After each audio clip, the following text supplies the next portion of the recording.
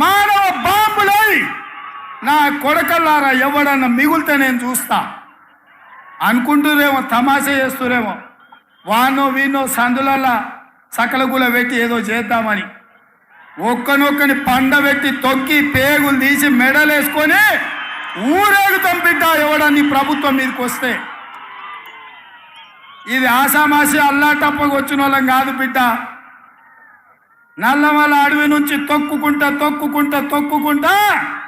ప్రగతి భవన్లో ఉన్న నిన్ను కంచెలు బద్దలు కొట్టి బజార్లకు ఈడ్చిన బిడ్డను బిడ్డ. ఇక్కడి నుంచి వచ్చినోని తట్ట పని, పార పని, మట్టు పని, ముంబాయి దుబాయ్ వలసలు పోవడే కాదు బిడ్డ. నీలాంటి వాళ్ళని కోతి తీసి పొందబెట్టేది కూడా మాకు తెలుసు. ఈ ముఖ్యమంత్రి గారు మాట్లాడేటటువంటి మాటలు ఏమంటాడు ఆయన? తొక్కుతా, పండబెడతా, ఇటు చేస్తా, అడి చేస్తా, కొడతా, తంతా, ఏంది పేగులు మెడలు వేసుకుంటా, ఇవన్నీ మాట్లాడు. ముఖ్యమంత్రి గారు మిమ్మల్ని ఛాలెంజ్ చేస్తా ఉన్నాం మేము. మీరు నిజంగా మీరు మాట్లాడినంత పేగులు మెడలో వేసుకునే నరసింహ అవతారం ఎత్తేదైతే పోయి ఆ నరసింహ అవతారం ఇవాళ నాగార్జున సాగర్ దగ్గర చూపియండి. అక్కడ ఉన్నటువంటి కేంద్ర బలగాలను పంపించండి.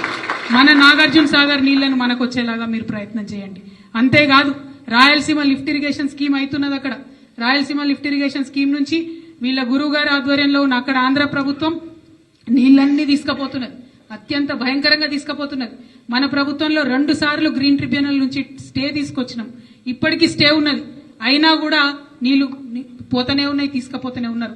కానీ ఈయన ఒక్క మాట కూడా ఇంతవరకు తెలంగాణ నీళ్ల మీద మాట్లాడలే. ఒక్క మాట కూడా నాగార్జున సాగర్ లో జరుగుతున్న నీటి అన్యాయాల మీద మాట్లాడలే. ఒక్కటంటే ఒక కొత్త ప్రాజెక్టు కట్టినరా అని వీళ్ళు వచ్చినా కనీసం ఆలోచన చేసిండ్రా? కొడంగల్ లిఫ్ట్ ఇరిగేషన్ స్కీమ్ కడతా అని అన్నాడు. కానీ ఆల్రెడీ దానికి కేసీఆర్ గారు ప్లాన్ చేసి పథకం పెట్టి టెండర్ చేసినటువంటి ఏమో రద్దు చేసిండు.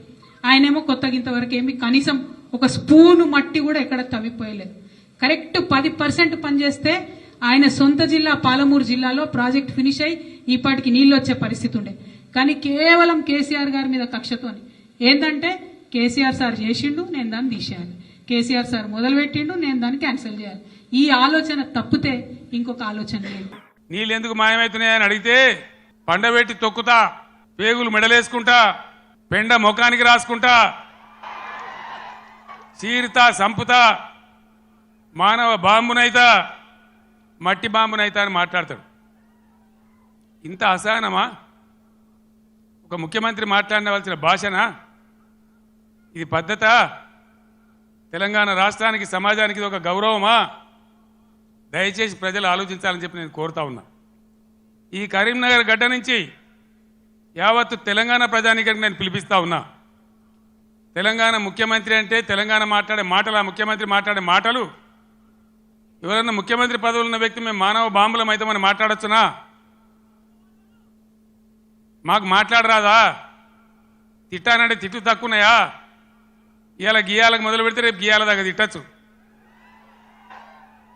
నేను మాట్లాడినా, తెలంగాణ ఉద్యమంలో మాట్లాడినా, తెలంగాణ వ్యతిరేకించిన వాళ్ళను దద్దమ్మలు అన్నా, సన్నాసులు అన్నా, సమైక్యవాదం, సమగ్రాభివృద్ధి అంటే సన్నాసులారా ఏది రాని మాట్లాడినా. కానీ ఈ విధంగా 10 ఏళ్ల ముఖ్యమంత్రికి ఉన్నప్పుడు నా నోటి నుంచి ఒక్క రోజన్నా, ఒక సందర్భంలోన్నా ఇటువంటి దురుసు మాటలు మీరు విన్నరా? దయచేసి ఆలోచన చేయాలని నేను చెప్పేది చాలా సీరియస్ మాట. ఎందుకంటే తెలంగాణ రాష్ట్రం తెచ్చుకున్నాం, 10 ఏళ్ళు బ్రహ్మాండమైన పాలన చేసినాం.